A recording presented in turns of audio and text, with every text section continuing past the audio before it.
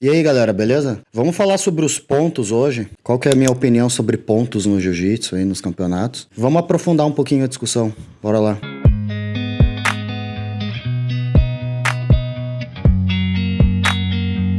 Antes de tudo, já peço para vocês se inscreverem no canal, compartilhar, curtir, comentar e tem também um espaço para ser membro, tá? Para quem quiser apoiar o canal, é só R$ 4,99 por mês e aí vocês apoiam esse humilde criador de conteúdo aí do jiu-jitsu, tá bom? Bom, vamos lá. Eu tive esses dias, uma das consultorias que eu tava fazendo, e eu achei muito legal que um cara me perguntou, porque a gente tava falando sobre o jiu-jitsu, sobre vários aspectos do jiu-jitsu, eu tava mudando a cabeça dele para ele entender algumas coisas e tal. Inclusive ele queria competir, já competia, né? Já era competidor assíduo. Mas ele me fez uma pergunta interessante, que foi, não vou lembrar exatamente o que foi, mas foi mais ou menos nesses moldes assim. Para tu pensar dessa forma, dessa maneira que tu pensa, o que te levou a isso? E eu respondi para ele, dei exemplos do que a mentalidade de ponto pode trazer. Então a gente falou sobre a questão da construção do teu jogo, né? Então, por exemplo, assim, a gente tem um jiu-jitsu construído que ele parte principalmente, e é cultural nosso, né? Galera aí que começou a treinar jiu-jitsu, tem os professores de jiu-jitsu. Da onde vem a cultura, né? Vem de CBJJ, IBJJF, principalmente do kimono, né? Então, basicamente, nas escolas mais modernas de jiu-jitsu, a gente não se desenvolveu pensando numa luta de jiu-jitsu sem ponto, né? Pelo menos em alto nível. Porque muitas vezes se ensina esse jiu-jitsu, mas parece que o jiu-jitsu que não pensa em ponto parece que tá num segundo plano, né? Em questão de qualidade. Vocês já perceberam isso? E daí as academias grandes, com nome cheio de competidor, já é um outro mindset. E aí dá a impressão que pensar em ponto é mais evoluído, tem atletas melhores. E de fato acaba tendo porque são competidores. Mas a questão é que o que faz eles melhores é se expor à competição e treinar muito, mas não necessariamente a ideia por trás disso. E eu vou trazer para vocês o meu raciocínio. Tá? Depois que a gente teve esse papo, porque muitas das ideias eu escrevo, né, galera? Daí eu venho aqui, eu não tenho uma ideia e imediatamente eu ligo a câmera e venho falar. Então eu escrevo, tá? Então eu vou dar uma lida nesse texto pequenininho, só porque ficou bem escrito, eu consegui mostrar bem a minha ideia, tá? E aí vou trazer um exemplo prático para você sobre a questão do ponto e o que respondendo aquela pergunta dele, como é que eu penso, tá? O que eu penso diferente. E eu já queria dizer desde já que, assim, eu me construí, assim, em regra de IBJJF, CBJJ, lutei os campeonatos, tenho o maior orgulho dos campeonatos que eu ganhei, viajei pelo mundo pra lutar. E isso não é... Essa minha consciência veio depois, veio mais tarde, tá? Então, assim, não é de nenhuma forma diminuindo, tá? Mas, de alguma forma, é um resgate à origem do que é arte marcial, tá? Nenhuma forma diminuindo a questão da pontuação, mas é fazendo uma reflexão em cima do que a pontuação fez com a gente e o que pode melhorar, tá? Então vamos lá. Eu escrevi assim, ó. A diferença conceitual na minha ideia de jiu-jitsu e do que eu vejo nas academias voltado para o ponto, é que a posição dominante, no contexto geral, tá? A posição dominante ela é considerada uma meta. Então os movimentos e o esforço para se chegar nela são muito grandes, pois são consideradas etapas fundamentais da luta, tá?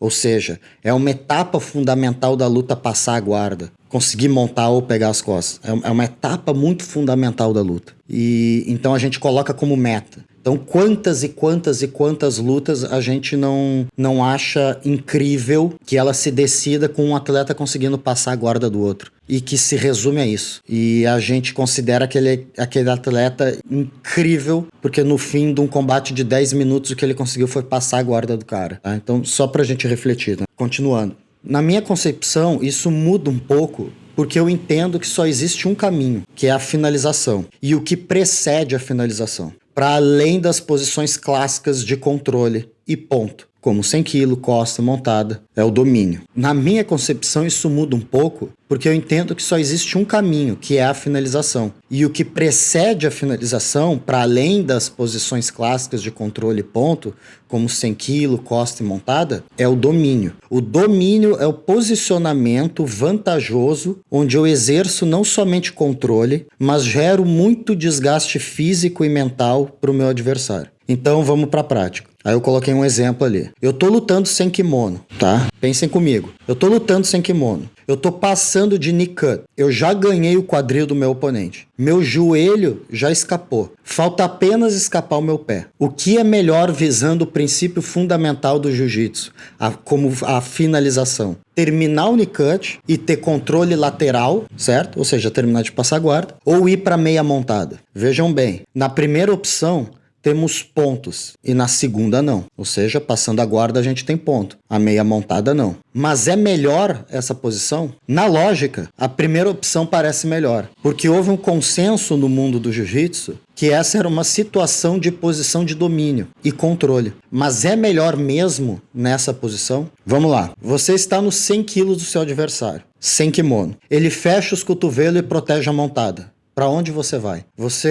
Quantas opções de fato te sobram? Segunda opção, você decide ir para meia montada. Que opções você tem? Bom, com seu adversário com as costas no chão, você está praticamente montado. Se ele conseguir se proteger se lateralizando, ele expõe as costas. Ele dificilmente impede que você encaixe um katagatame, seja para finalizar ou transicionar para outras posições. Você ainda pode encaixar uma kimura para pegar as costas, ou até mesmo voltar cruzando por knee cut, e aí sim ir para a última opção, o controle lateral, 100 quilos. Para além disso, a questão está em gerar desgaste no seu oponente, pressionar ele, criar tensão nele, riscos de posições mais dominantes, como montada e costas. O fato dele ter seu pé na meia montada lhe dá a falsa impressão de que ele ainda está na luta. Mas, na verdade, ele está exatamente onde você quer que ele esteja, sofrendo e se desgastando em todos os sentidos. Quando você passa a guarda naquela situação que falamos no início, o dilema e o sofrimento terminam. Ele já sabe o que tem que defender e a situação já está posta. Pensando em pontos é vantajoso, claro, mas pelo menos na minha concepção sobre o que é uma luta, pensar assim é pensar muito pequeno. Então vamos lá. A reflexão que eu queria trazer é que se a finalidade do jiu-jitsu é finalizar, se o gol nosso no jiu-jitsu é finalizar, o que importa certas posições de ponto, entendem? Eu, por exemplo, não consigo nem considerar que quando dois atletas se enfrentam e um ganha por raspagem, ele ganhou. Ou se enfrentam por queda e um foi quedado, ele perdeu. Eu não consigo nem imaginar que 2 pontos decidem uma luta. É o mínimo, eu acho, que para dizer que alguém foi superior a alguém sem a finalização, é montada e sem costas. Aí tem os 100 quilos também, que realmente os 100 quilos tem uma complexidade maior do que a raspagem, né? Mas ainda assim eu acho pouco, porque muitas vezes nos 100 quilos a gente está bem longe da finalização, né? Então, assim, o que fez isso mudar na nossa cabeça? Eu entendo que a busca... não é nem a busca incessante, a gente já falou sobre isso, né? Como eu falei que o jiu-jitsu mais tradicional é bom no final das pontas, ou seja, bom em finalizar e em não ser finalizado, e que o jiu-jitsu competitivo ficou ali no meio. É bom em chegar e em não deixar chegar. Isso a gente já conversou. Mas a questão é a interpretação da luta. A gente está considerando que essas posições que são consenso de domínio, elas são estações que a gente tem que chegar, e esse não é o problema, porque de fato as finalizações se expõem, elas ficam expostas quando a gente chega, né, nessas posições de domínio. Até aí tudo certo. A questão é a gente colocar isso quase como uma meta fundamental e primordial para dizer que a gente tem um bom jiu-jitsu, entendeu? Então, quantas vezes a gente não termina de gastar toda a nossa força para conseguir chegar num 100 quilos, quando, na verdade, dando o exemplo que eu dei, né? É muito melhor a gente desgastar o nosso oponente, amassar ele, deixar ele sofrer, deixar ele ter vários dilemas ali do que ele tem que fazer, para aí sim, no desgaste, a gente chegar numa montada e finalizar ele. De que vale eu fazer toda a força para chegar nos 100 quilos, e daqueles 100 quilos eu espero ganhar 3 pontos, e aí eu volto, e aí eu já nem quero mais finalizar ele, porque agora eu sei que eu posso ser raspado, e aí vai estar 3-2, e aí eu confio na minha guarda, e aí ele não vai passar. Então é pequeno, no meu entendimento é pequeno. Eu já dei minha opinião aqui, eu gosto de jiu-jitsu construído, a finalização tem que ser o gol, tá? Mas eu até fiz um vídeo que era falando que o controle, o domínio, a manutenção acima da finalização. Acima no sentido de que essas coisas não estão opostas, tá? Quando eu falo. É acima no sentido de que quando eu construo, eu desenvolvo e evoluo. quando eu busco uma finalização do ponto zero, pode dar certo. Mas o fato dela não ser construída, ela não me trouxe o benefício do meu entendimento e da minha construção do jiu-jitsu. Pode ter sido até um golpe de sorte. E aí ficar contando sempre com isso é complicado. Então era isso, galera. Essa reflexão que eu queria trazer com vocês. Dei um exemplo na prática. Vocês me falem a opinião de vocês. O que vocês acham? Concordam, não concordam? Acho interessante que o ideal seria a gente juntar esses dois mundos, né? Porque no final das contas, aí é uma opinião minha, né? Eu gosto que o jiu-jitsu seja a melhor luta do mundo, entende?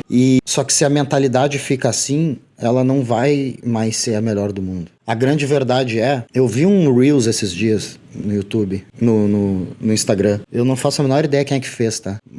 E eu nem vi o vídeo. Eu vi só a chamada. Eu nem sei qual era a conclusão do cara, tá? Mas eu tô tirando a minha conclusão de acordo com o texto. O texto era assim: quem tem mais fundamentos de jiu-jitsu? E eu entendi que ele quis dizer ali, do tipo assim, fundamento de se precisar usar jiu-jitsu. Não estamos falando só de campeonato. Jiu-jitsu. Um lutador de MMA que treina jiu-jitsu ou um IBJJF faixa preta que ganha campeonato, coisa e tal. E muitas vezes, infelizmente, está sendo o cara do MMA. Infelizmente, eu falo isso com pesar. Eu, pelo menos, Pedro, eu não gosto de aceitar e normalizar a ideia de que meu faixa preta campeão do mundo do meu esporte IBJJF de kimono, ou até sem kimono, ele não sabe se defender direito, se precisar, se tiver alguém que sabe que tem uma mão pesada, entende? Ou de alguém que vai lutar em pé com ele, mas não tem confiança para derrubar. Então é por esses e outros motivos que eu sempre digo que o nosso melhor representante é o Mika, né? Que ele é capaz de buscar finalizações da guarda, não se baseando só em jogo de perna. E por cima a gente tem ótimos representantes aí. Por cima a galera costuma ir melhor. Mas por baixo, realmente, a galera é muito baseada em raspagem e no no-gi muito ataque de perna. Eu acho que o Mika se destaca um pouco porque por baixo ele consegue muito ataque da parte superior, né? Que é o que de fato funciona. A reflexão era essa. Perguntar pra você se sempre os 100 quilos é melhor, sempre a meta é chegar nessa estação, ou se vocês também entendem que se a finalização é o final, mais vale eu causar o desgaste e chegar nessa finalização do que me contentar e gastar toda a minha energia para pontuar logo e negociar essa luta baseada em regras ao invés de lutar para finalizar. Beleza? É isso aí, não esqueçam de se inscrever no canal. Não se esqueçam que tem aquela parte agora para ser membro, para ajudar aí o canal. E é isso aí. Valeu, tamo junto.